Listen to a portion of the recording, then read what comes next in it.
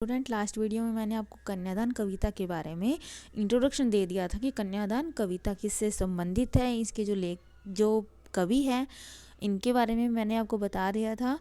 आज हम कन्यादान कविता अच्छे से पढ़ेंगे और समझेंगे कि एक माँ ने अपनी बेटी को क्या शिक्षा दी है। कितना प्रामाणिक था उसका दुख, लड़की को दान में देते वक्त जैसे वही उसकी अंतिम पूंजी हो। कवि कन्यादान के समय माँ के दुख को बताते हुए कहता है कि माँ ने जो दुख अपने जीवन में उठाए हैं वे सब प्रमाण है कि स्त्री जीवन के कुछ आचरण नियम है। वह कन्यादान के समय अपनी बेटी को अपनी अंतिम पूंजी के समान किसी अन्य को दे रही है। लड़की अभी सयानी नहीं थी, अभी इतनी भोली सरल थी कि उसे सुख का आभास तो होता था लेकिन दुख बांचना नहीं आता था। पाठिका थी वह धुंधले प्रकाश की, कुछ तुकों और कुछ लयबद्ध पंक्तियों की।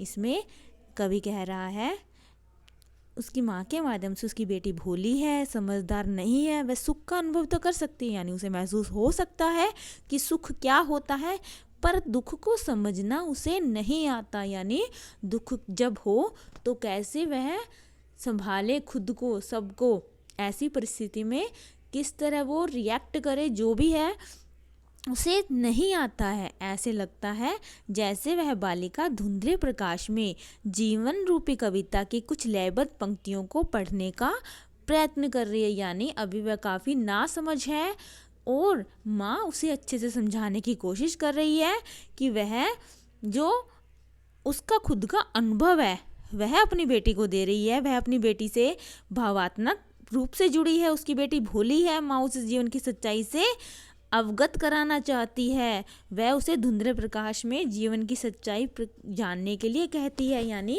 कहने को शादी एक मोह होता है, अच्छा लगता है, लेकिन आगे उसको जीवन में कैसे संभालना है, खुद को और सबको कैसे उसे अपना जीवन जीना है, वो सब माँ अपनी बेटी को शिक्षा दे रही है।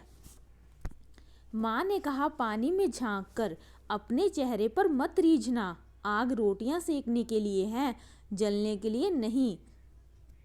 वस्त्र और आभूषण शाब्दिक भ्रमों की तरह बंधन है स्त्री जीवन के। माँ ने कहा, लड़की होना पर लड़की जैसी दिखाई मत देना।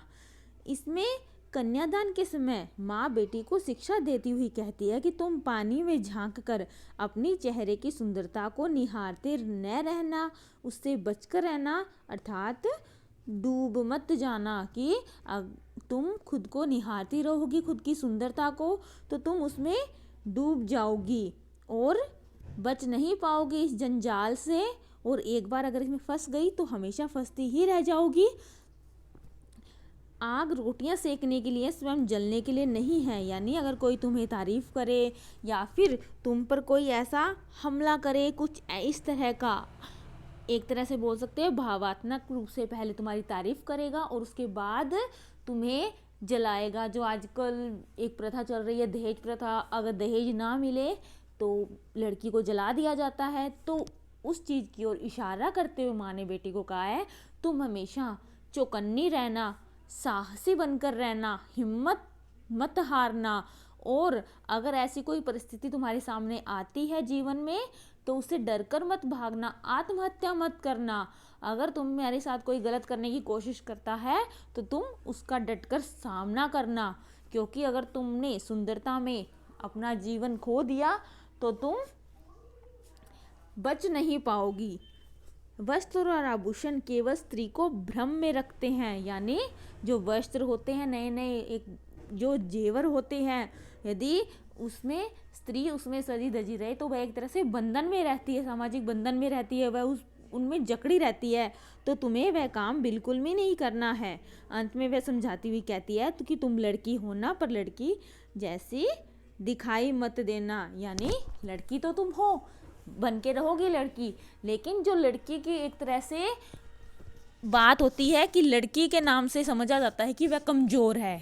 हर जगह कहा जाता है कि यह लड़की है, इसको छोड़ दो, यह कमज़ोर है, या तो इस तरह का काम नहीं करना। यानी तुम लड़की तो हो ना, लेकिन लड़की जैसी दिखाई मत देना। यानी कमज़ोर मत बनना, बिल्कुल हिम्मत मत हारना, साहसी बनना, नीडर बनना, डरपोक और दब्बू नहीं बनना, विषम परिस्थितियों में तो बिल्कुल भी नहीं ना, क्योंकि ये परंपराओं के विरुद्ध माँ बेटी को शिक्षा दे रही है कि तुम अन्य लड़कियों की तरह वस्त्र आभूषण के भ्रम में ना जीवित रहना, समाज में अपनी पहचान बनाए रखना, कोई कठिनाई आए तो आत्महत्या जैसा कार्य बिल्कुल भी नहीं करना, बल्कि निडर होकर कठिनाइयों का सामना करना है। तो ये काफ़ी अच्छी बातें हैं जो एक माँ ने कन्यादान के समय अपनी बेटी को समझाई है।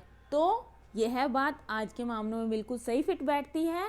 लड़की को हमेशा हर मुश्किल का निडर होकर साहसी बनकर सामना करना चाहिए। इसी के साथ हमारी जो ये कविता है वो कंप्लीट हो गई है, और इसी के साथ हमारी जो क्षितिज बुक का जो सिलेबस है हिंदी का वो कंप्लीट हो गया। तो जिनकी नोटबुक कंप्लीट नहीं है वो अपनी नोटबुक कंप्लीट कर लो। इसके बाद हम नेक्स्ट वीडियो में कृतिका का जो एक लास्ट चैप्टर आपका साना साना हाथ जोड़ी वो हम पढ़ेंगे।